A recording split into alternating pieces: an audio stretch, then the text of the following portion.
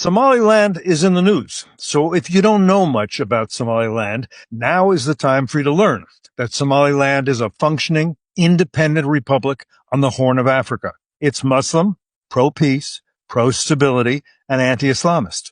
One nation has now officially recognized Somaliland as a sovereign state. That nation, in case you haven't guessed, is Israel. Now that's infuriated neighboring Somalia, which is a hotbed of al-Shabaab, an armed Islamist and jihadi group that pledged allegiance to al-Qaeda. Egypt, Turkey, Saudi Arabia, Djibouti, and Nigeria also are furious over Israel's recognition of Somaliland. And British Prime Minister Keir Starmer doesn't think the people of Somaliland and their democratically elected government have the right to decide their own future. On what basis? His Majesty's government says they care about the territorial integrity of Somalia. But Somaliland has been detached from Somalia for 34 years. Okay, one more data point. The leaders and people of Somaliland want to join the Abraham Accords, the agreements brokered by President Trump that are establishing peaceful and cooperative relations between Israel and several of its Arab and Muslim neighbors. Lots to unpack here. To help us do that is Bashir Gulf, Somaliland's representative in the United States, hopefully soon to be Somaliland's ambassador to the United States. He's also a longtime journalist and translator.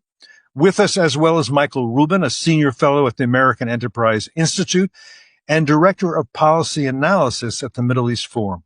Michael began visiting Somaliland years ago. He and Bashir have even invited me to tag along. I clearly erred by not taking them up on their offer.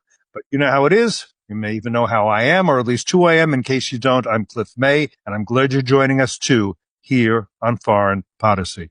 Well, welcome, Bashir, and welcome, Michael. Good to see you. Thank you very much. Thank you very much, Clay. Thank you. You know, I want to start by talking just a little bit about the Horn of Africa, because it's a special place. I know because years ago I spent a fair amount of time reporting from Ethiopia, which borders Somalia and Somaliland, and which has provinces, and particularly the Ogaden, which are populated by ethnic Somalis. Maybe start, Michael, just with a few sentences about the Horn of Africa and why it's special in terms of its relations. Well, it's part of Africa and kind of part of the Middle East too. Am I wrong in that? You're absolutely right, Cliff. The Horn of Africa has always been attached economically, commercially, culturally to the Middle East and to Africa. It really is a crossroads, but that shouldn't surprise given its adjacency to primary trade routes throughout the region. If you look at the Somali flag, many people know the pale blue background with the white five-pointed star. That five-point